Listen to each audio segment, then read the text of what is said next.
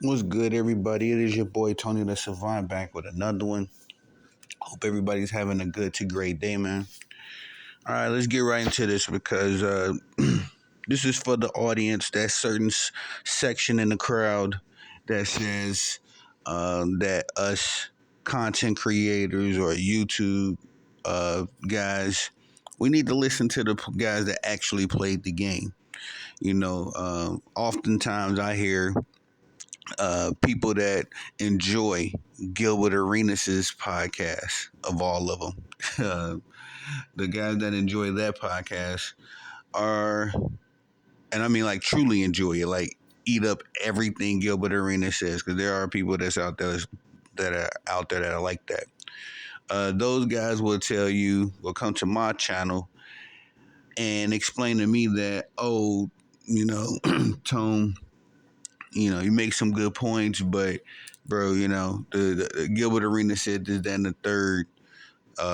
We should listen to the guys that actually played the game. Well, I would contest that with some of these dudes that have played the game. When they talk, it don't sound like they actually played the game. It sounds like they in the podcast arena for clicks and views.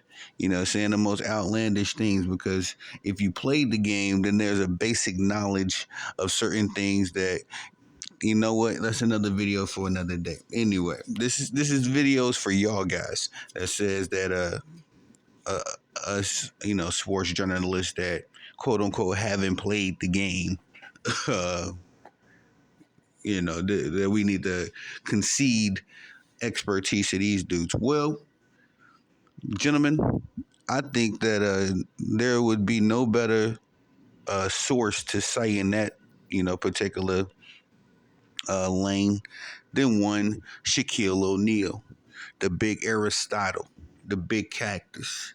He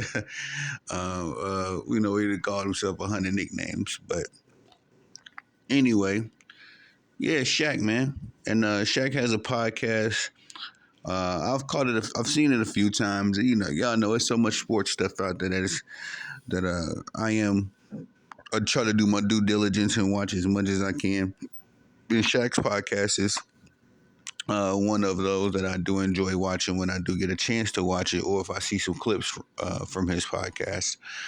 Um, I usually enjoy him. But as I've noticed over the years, Shaq has been, especially since his podcast has been up, he's been really speaking his mind. And I'm not saying this because he's saying things that I agree with or that things that I've been said.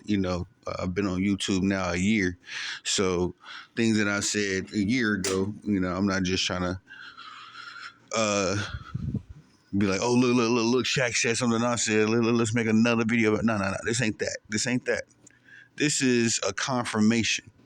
All right, guys. Like I said, for the dudes that say that we need to listen to the dudes that actually played the game, this is a confirmation from me, for somebody that has played basketball, never a minute in the NBA, of course, but for a dude that has played in the NBA to say, nah. It's crazy out here, because y'all around the point, the content, the title of the video, as you can see, is that Shaq says the same thing I say, in terms of there's a large group of sports fans that, for whatever reason, deem it necessary to call everybody and everything great, superstar, or legend. Let me run that back. There are sports fans that are quick to hit anybody with the title or superstar, legend, or great. And it's becoming a problem, y'all. You know what I mean? It's becoming a problem because everybody talks about how this era is better than the last era and the era before that and the era before that. Well, this is another one of those points of contention, because y'all say that. Y'all say this era is the most skilled and the most this and the most that. And y'all call these dudes, quote unquote franchise players or all stars or superstars. Y'all run around with these titles. Y'all do all of that. and don't even understand the criteria. Shout out to Shaq. Because I don't always agree with Shaquille O'Neal. I definitely don't. But he said something else that I totally agree with. I don't know, me personally, I don't know what is the criteria for superstar anymore. What's the criteria for MVP? What's the criteria for a legend? I'm reading the article, guys. You know, as I'm doing this, uh, gathering my information for this particular video, I'm reading the article, and just by on the whim, I think they were talking about. Dang, who are they talking about? Steve Kerr, probably. I think they were talking about Steve Kerr. But they go, and y'all know I'm a Chicago Bulls, I'm a Chicago Bulls fan. Grew up, born and raised. Um, they call Steve Kerr an NBA legend. Now, respectfully, I would call Steve Kerr a lot of things. Uh, a Chicago Bulls great role player. I would call him. I don't know. I haven't fixed up a title because never in my time in my head did I think to call Steve Kerr a Chicago Bulls legend. When I think of the Chicago Bulls legends, I think of Jordan. I think of Pippen. I think of Rodman. I think of Phil Jackson. You know, respectfully. Now, not saying that Steve Kerr wasn't a contributor and all that kind of stuff, but I don't think. Uh, 50 years from now, or 20, 30 years from now, uh, if Tyrese Maxey is playing the exact same way he's playing now, I don't think anybody's going to say 20, 30 years from now that Tyrese Maxey is a Philadelphia 76ers legend. Respectfully. The young man is balling. He's doing his thing. Yes. But he ain't leading the franchise. He's not ultimately, the criteria that we used to have for superstars and legends and greats, guys, is that you had to be the dude that took the most blame. You know, when the losses came around, you had to be the dude that took the most blame. I don't remember nobody jumping on Steve Kerr when the Chicago Bulls lost Game 6 to the Indiana Pacers and I was going to say last season. I don't remember anybody jumping on Steve Kerr when they lost to the Indiana Pacers in Game 6. And what was that, 1997, 1998? You know, the infamous game where Reggie Miller pushes off Michael Jordan.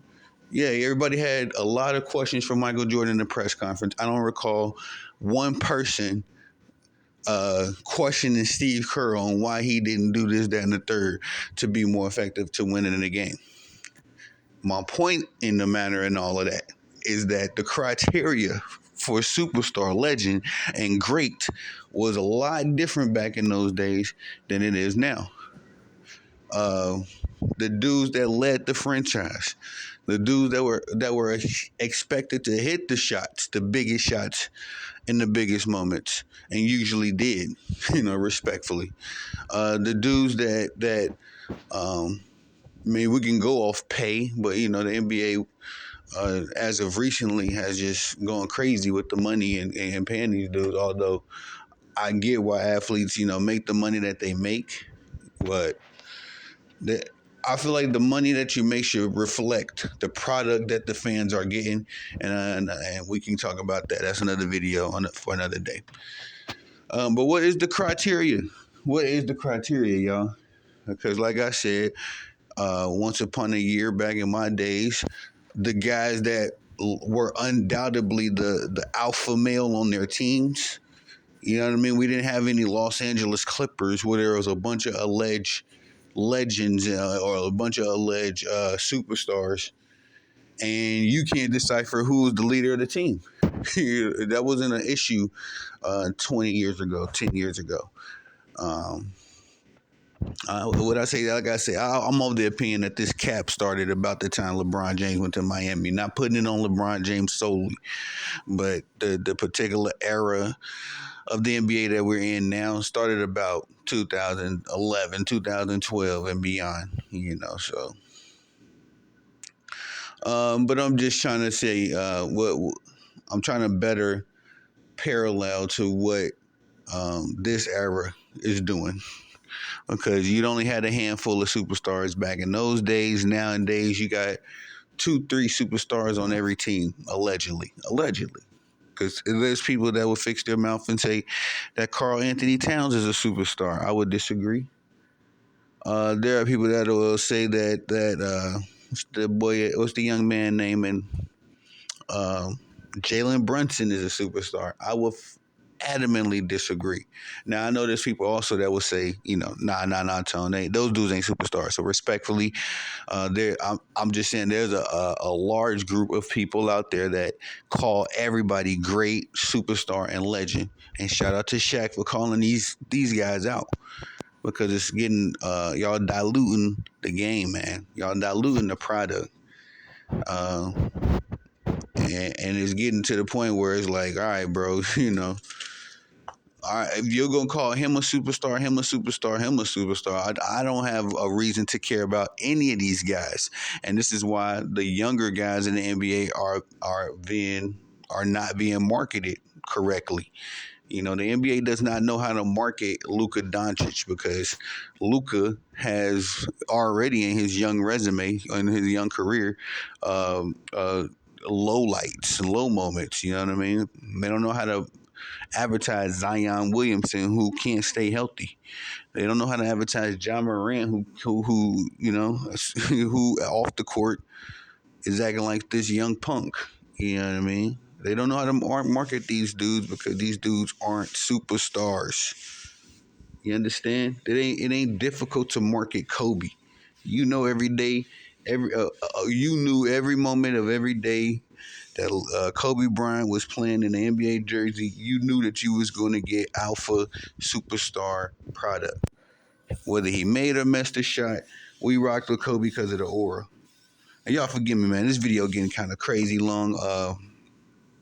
I ain't mean to go ranting and rambling, but I just want to emphasize and drive home the point that we got to stop calling all of these dudes superstars. And if we put things in perspective, I feel like that'll be a good start, before we go expecting the NBA to give us a better product and all that. Good start for us as on this side as fans and supporters of these sports brands and athletes. We got to be a little bit more careful with who we call a superstar and a legend and a great, respectfully. But that's all I got for y'all on that one. Please like, subscribe, comment, hit the notification bell so you can be notified when I'm dropping content on the channel.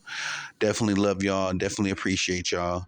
Y'all the bosses. I'm gonna get back to work because I love this shit right here. You know what I mean? This shit, y'all keep me motivated. So please like, subscribe, comment, all that good stuff as well.